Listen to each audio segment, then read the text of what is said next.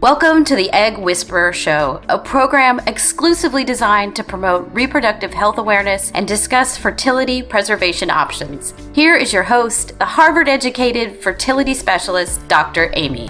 She's known as the Egg Whisperer. Fertility expert Dr. Amy Vazadeh. And you have yet another success story just launched by an East Bay fertility doctor.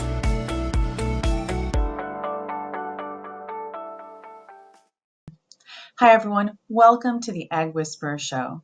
I'm so excited to have Rick Zentler here to talk to us about transgender reproductive rights. Hi Rick. Hey, I'm really excited to be here too, Dr. Amy. It's a topic that not a lot of people think much about, so it is so great to get a dialogue going and increase exposure. Awesome. So let's just tell our audience a little bit more about you. I'll just read your bio. Rick is 32 years old and lives in Austin, Texas area with his husband, Neil. You recently completed your MBA at San Jose State University, and you dream of being a father and having a large family one day.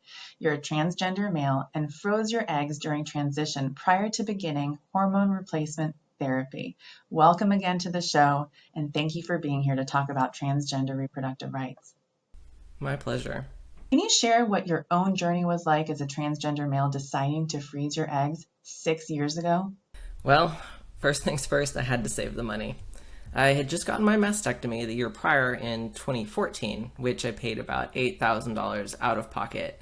Thankfully, I was in a position at the time to save most of my earnings because my previous husband was making a decent salary and could cover the majority of our costs of living. Previously, I had hoped to donate some of my ovum to help fund my transition, but I got rejected at a couple of facilities and I started to get disappointed, and so I gave up.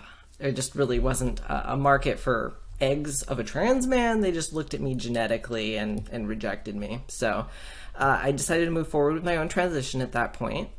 I consulted with my doctor at UCSF about the process, timeline, cost, and it was told that it was going to be around $9,000 depending on the amount of medication that was required.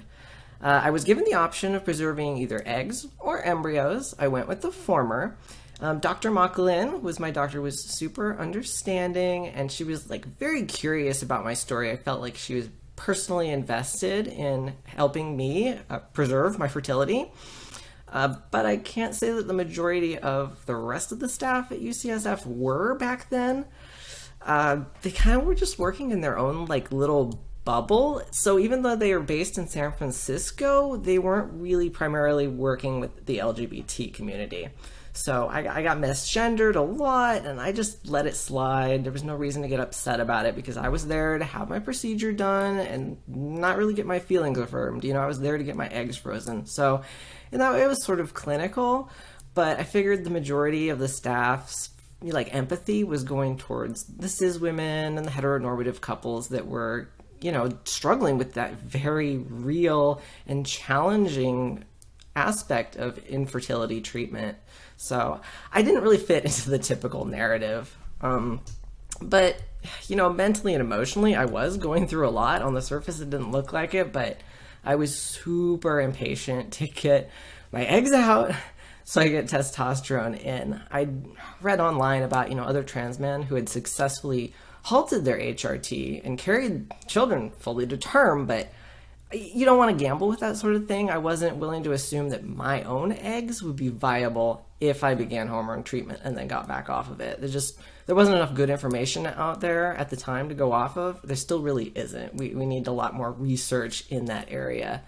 So when it became time then for me to do the egg freezing, I spent a grueling couple of weeks on the medications. They have to be injected subcutaneously into your thigh every day, sometimes multiple times, and it had me really high strung. I just remember feeling like I was putting the opposite hormones into my body that I wanted in my body, like I was going the opposite direction of my transition. But I managed to power through it, even with all the dysphoria that came with it. I wanted the result, and so I focused on that result, and I got it done.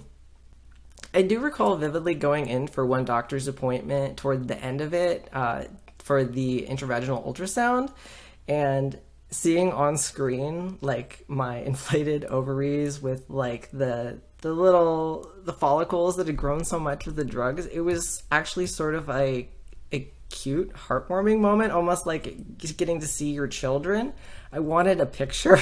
They didn't offer me a picture, but I kind of wanted a picture to take home because they're like my babies, But retrieval day was a huge relief because then I was finally done with it. It went really smooth. They collected 28 follicles, resulting in 36 eggs, and 34 of them survived the freeze. So I was quite the proud papa, as it were. And I was told to take it easy for the next couple of weeks while I waited for my gonads to shrink, to avoid torsion and all that good stuff. But then later that month, I was on testosterone and everything was great. Well, thank you for sharing. Over 30 sounds like you could have been pretty uncomfortable after the egg retrieval as well. How was the physical recovery for you? Recovery went pretty well compared to the other surgeries I've done. It was honestly a breeze in comparison. Like 3 days and I was up and walking. I was ready to start my karate back up, but I didn't want to do any jump kicks and end up with that torsion. That would have been terrible. But yeah, there was a major pressure in the abdomen and just feeling bloated all the time. But it was worth it. I know that we were both interviewed for the same NBC article about egg freezing, and one of the things I shared was that oftentimes trans people have a harder time financially. Many don't have family to lean on and are already paying for other procedures out of pocket. It's heartbreaking. What do you want to see happen from a reproductive rights perspective for transgender people? I feel like there's this weird stigma floating around that the LGBT community is opting out of the gene pool or that they'll just adopt. Transgender individuals should have the same access to having biological children as cis individuals. Reproduction ought to be a basic human right. We're all equipped with the parts. Hopefully science will one day take us to the point where we can transplant, say, functional ovaries and uterus into a trans woman and functional testicles into a trans man. But until then, we have to make do with what we have at our disposal, which is the fertility preservation and surrogacy.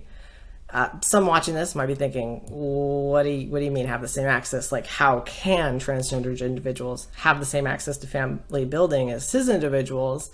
And I'll admit that that's a challenging question from a logistical standpoint. If you're oversimplifying things, pregnancy is just putting a penis into the vagina. But realistically, in this country, the United States, even the costs for a heteronormative couple having a baby are astronomical, especially if there are any complications or a lack of insurance coverage. My brother and his wife actually just had their first kid this month earlier, and it's a wonderful joy that has been brought to them, but they're struggling with the bills. So I'd say don't get it confused. The accessibility of becoming pregnant isn't what we're talking about here. We're talking about the accessibility in finding and acquiring treatment and the costs therein.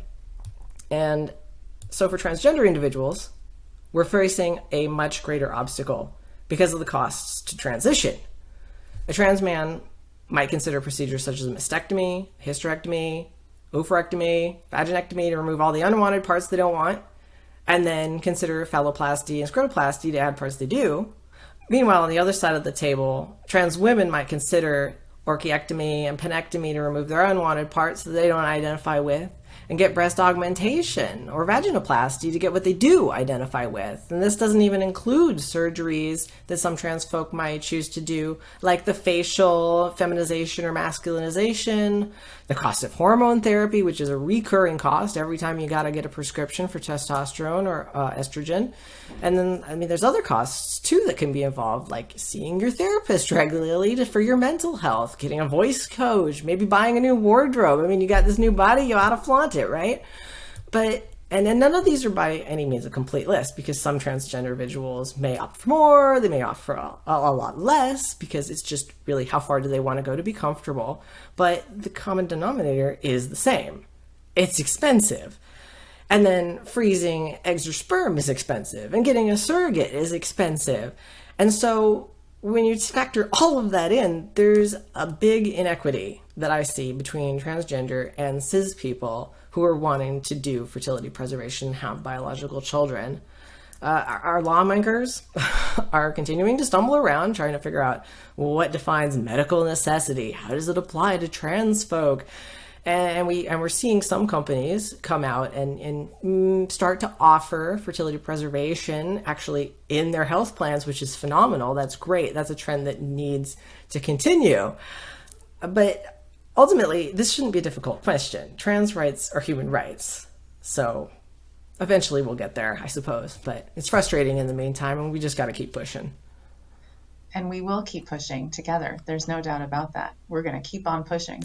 And push that baby out. Sorry. Yes, I had to. No pun intended there. And then just want to touch on how you learned about egg freezing. I mean, you shared a little bit about your history, growing up, but was it something that your doctor advised you on when you came out as trans? Unfortunately, no. And I have to admit that my own transitionary journey was very much self-pursued. I very much went I am informed consent model of things. I did as much as I had to for the laws. For instance, in the very beginning, I sought out a psychologist with a family counselor, and it was mostly to deal with the stress of coming out and managing all my personal relationships with all the people who knew me pre-transition. Like, my parents had a really hard time with it, and so for a while I struggled with my relationship with them. So Dr. Joe really helped me see from their perspective and how I could help educate them and get them out on board and like that. But I didn't go there to help me figure out who I was. I knew I was trans. I showed up the first day. I said, "Hey, I'm trans. How can you help me with my relationships?" But he was also extremely good about helping me set goals and writing them down and creating lists about what I wanted to get out of my transition and how often I would be taking steps and evaluating them. And one of those goals that was furthest out on the list was becoming a dad. So it's exciting that I'm almost there now.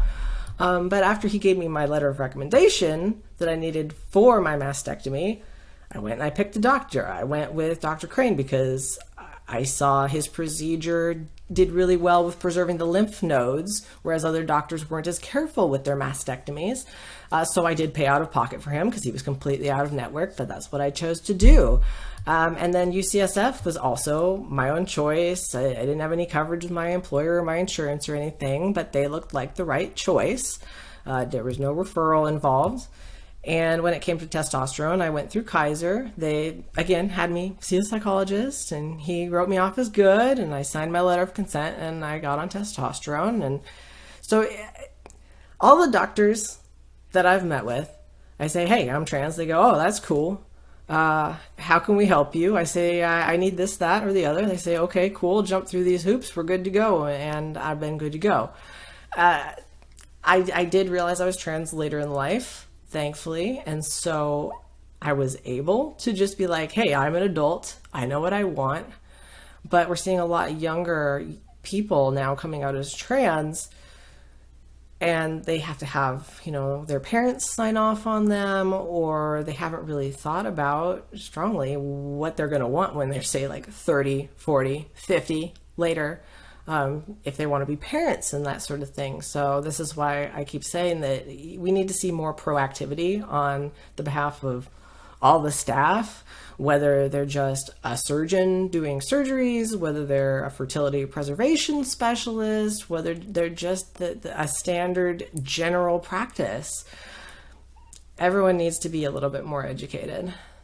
You brought up something about your experience that I just want to bring up again about being misgendered and how that affected you. So as a fertility doctor, I'm very sensitive about making sure that I just get it right every single time for every single patient. So what kind of advice would you give to a patient to advocate for themselves if they find themselves in a similar situation as you were in, so that it doesn't happen to other people?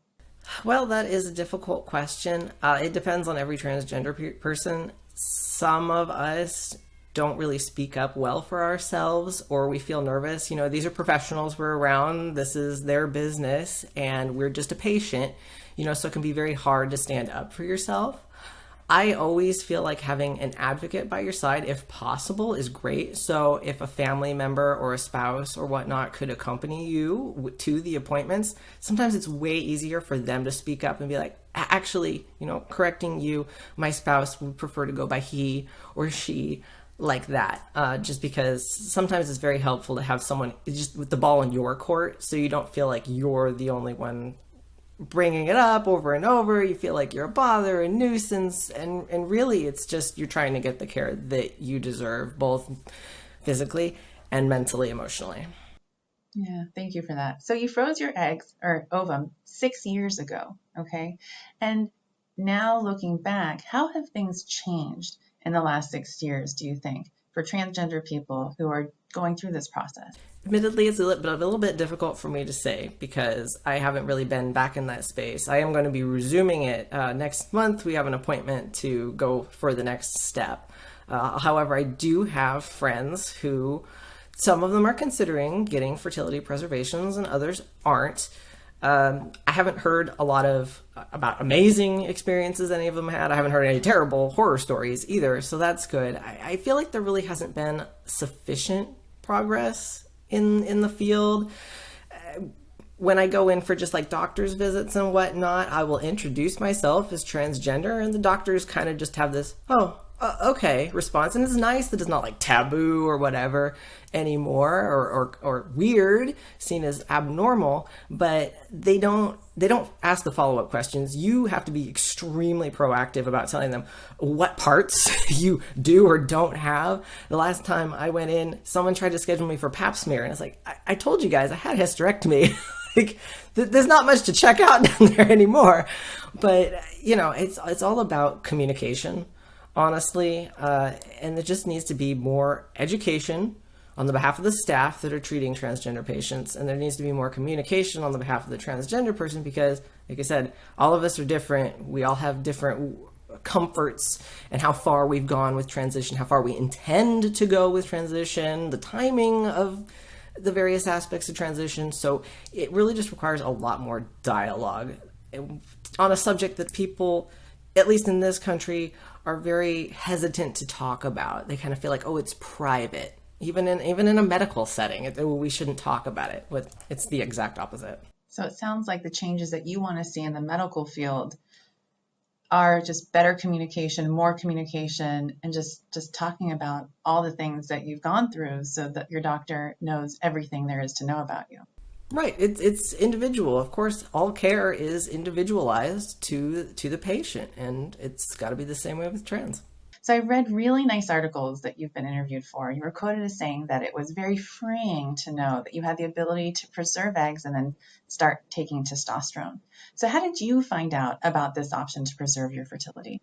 Well, actually, when I was growing up, I did know a couple. They were my parents' friends that had decided to have children pretty late in their mid-40s. They had to have IVF for their first kid in 2000, and they had to have a donor egg in 2004 for their second kid. And I was a teenager at the time. So their struggles kind of made me aware that there was this concept of reproductive assistance, that there were medical things that could be done to help people have a baby naturally themselves. When I came out as trans to my parents in 2011, one of my mom's biggest concerns was that I wasn't going to be giving them any grandchildren. I had to explain to her that being transgender and being a parent weren't mutually exclusive. You could do both, and that I did want kids. I just didn't want to, gestate them myself in my own body. So I consulted my friends first and foremost to ask them about their experience with IVF, what I would expect, both financially and the procedure. And then I hit the good old internet and did my research about prices, and I ended up settling on UCSF just because of cost, proximity, and their quality of service.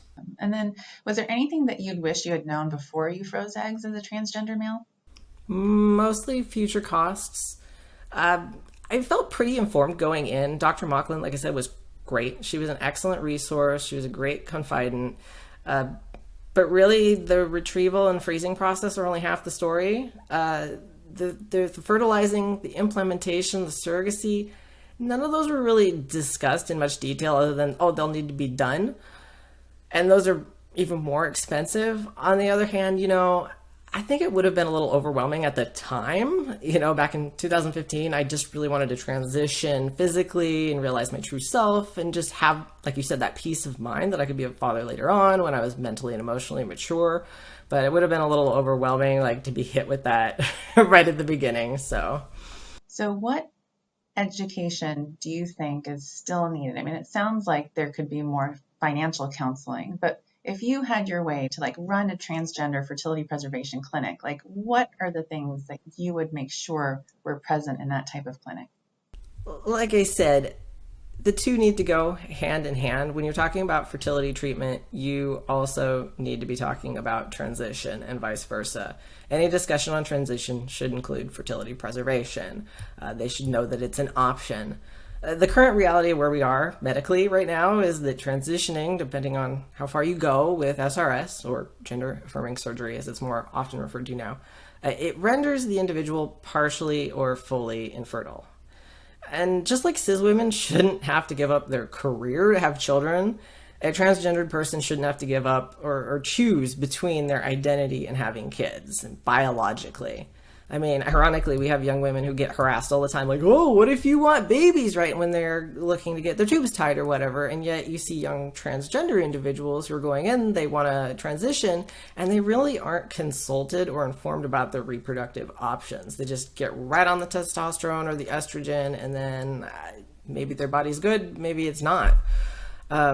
Now, I will say to an extent, this might be self-inflicted. As I mentioned myself, I was extremely impatient to have my eggs on ice so I could start HRT. I tend to be a fairly introspective person. I don't rashly jump to things, but not everyone who is looking to transition has a healthy home situation or a good support group to, help them along and emotionally make the best decisions for themselves. When you're being misgendered on the daily, you hate your appearance, you're suffering from dysphoria, it's extremely hard to see anything beyond the short term, especially having kids. You just want to be the gender you are. And so you might do something that you later regret. So I feel like the burden is shifted then to the doctors, to the therapists, to the medical professionals to put that conversation on the table and make sure it gets discussed. And it's up to lawmakers, healthcare providers, and private institutions to make that care both accessible and affordable to people. And one of the things that I know can impact transgender people is the financial burden of all the treatment that you go through. And in your case, you started this process 6 years ago, knowing you want to use, and be a father pretty far out in the future. Can you just share a little bit more about the financial burden and your standpoint with regard to what you're doing? Yeah, for me, UCSF actually included 5 years of storage with the procedure, which was a huge relief because, like you said, I knew I wasn't going to be doing it for a while, at least until my 30s. So you're hoping to raise funds to cover some of your own costs. And what do you need and where can people go to help out? Like I said, right now, my partner and I are focusing on the next step of IVF, the fertilization and embryo cryopreservation. The cost estimate for that is $5,840, and at present we are still paying out of pocket. We're planning to undergo that step in May or June of this year, 2021, and that's going to hit us quick. Time always flies so fast. But I did start a GoFundMe to collect donations from friends and family and interested parties, and every little bit helps tremendously. And I can't say how grateful I am to everyone who has so far. If anyone's interested, it can be accessed at www.gofundme.com/f/transivf. I'm sure you'll put that link in your comment section for me. It's appreciated. Absolutely will. Absolutely. And if I had a room full of doctors, medical students, nurses, what advice would you have for them based on your experience about your journey to preserve your fertility? Again, knowledge is power. For the most part, I think further education on what it means to be transgender, what it's like to be transgender, and the services transgender folks need most would be extremely beneficial to those working in the fertility preservation field. What's needed is more understanding and more empathy and respect for the individual, needs of each trans person. and their situation. I didn't get a lot of attention or particular care when I had my eggs frozen in 2015. I have a pretty thick skin, but making the process more trans friendly will help more trans folk consider it as an option and preserve their genetic material to use and make them feel more comfortable, like they aren't just an outsider in a cis person or heteronormative world. I think we can make them feel comfortable, welcome, celebrated, and even that fertility preservation can be as affirming as the rest of transition if done correctly. Ideally, I would love to see transgender reproductive experts who specialize in providing this fertility preservation to transgender patients as a part of the regular staff at all facilities. Our society is becoming increasingly trans accepting, and more people we are seeing are coming out as trans. More people than we thought were trans are trans, and they're starting their journeys towards self-actualization. And this will necessarily include having biological children.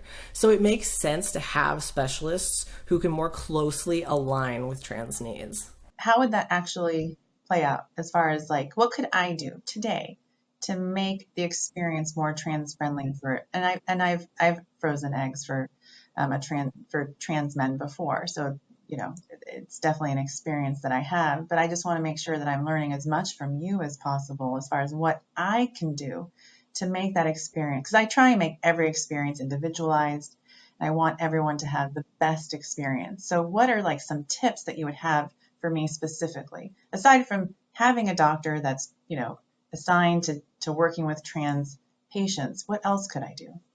I think right there is a big key we're hitting on. You care. You make a genuine effort. You are interested in having this dialogue. You are interested in individualizing the experience and opening your heart and your mind to learning more. That's going to be the first step for anyone who wants to do this. You can't just put us in a box, right? It's like, oh, this is another transgender person. We check mark the box. It has to be individualized. So, and using and figuring out, asking the individual what they prefer their parts to be called, for instance, because I know some people are perfectly happy still referring it to it as a clitoris, right? But perhaps some trans men would prefer to have it be called a penis or a phallus or what have you. So figuring out the language that makes that person the most comfortable and then using it consistently is phenomenal. So that's just a little thing that can be done, but is so important. It goes beyond just, hey, what pronouns do you want me to use? We're referring to someone's body. They need to be referred to in the way that makes them comfortable.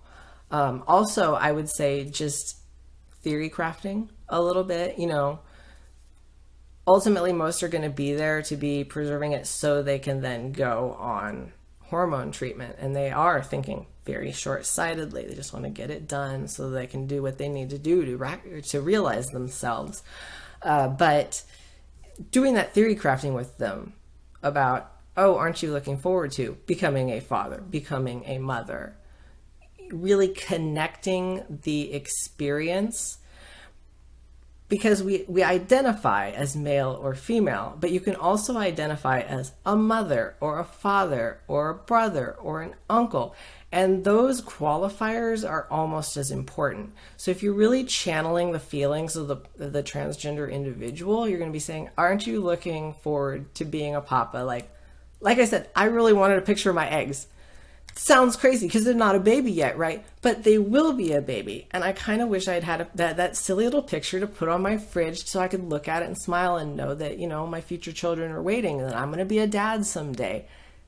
So I really feel like there's just a lot of little personal human touches, human elements that go into it beyond just the clinical, oh, okay, now inject yourself with this and you can expect these changes with your body and 3 days from here, you're going to do that. It works and we do it, but it's not the same. I imagine when people go in for infertility, there's always a lot of just care and empathy that goes into it because they're in a very sensitive, delicate situation where, emotions are running really high. They've been trying to have a kid for a long time. And it needs to be treated with that same level Yeah. I mean, it's about the journey. It's spiritual, and it's about having Absolutely. a baby. Yeah. And it's not just about freezing an egg. And I love all the advice that you've given us. And I hope everybody who cares for transgender people listens to this interview and listens to all the advice that you have for us and takes it to heart. Because I know that not all clinics are welcoming to everybody. And I hope that, I mean, obviously we're so lucky in the Bay Area that, we've been trans friendly for, decades, but I know still that it's not the same way everywhere else. So hopefully it's going to be that way in the near future. So, Rick, is there anything else that you would like to add today for us? Only that I really appreciate sincerely your time, your interest, your willingness to use your platform to get my story out, to advocate on the behalf of all the trans folk out there who are hoping to have their own families someday. Well, I hope that you'll update us with what happens with embryo creation and beyond. I so look forward to sharing pictures of my babies. Well, thank you so much for being on the show, and all the best to you and Neil. Thank you again. You as well. Welcome to the Egg Whisperer Show, a program exclusively designed to promote reproductive health awareness and discuss fertility preservation options. Here is your host, the Harvard-educated fertility specialist, Dr. Amy. She's known as the Egg Whisperer. Fertility expert Dr. Amy Abazadeh. And you have yet another success story. Just launched by an East Bay fertility doctor.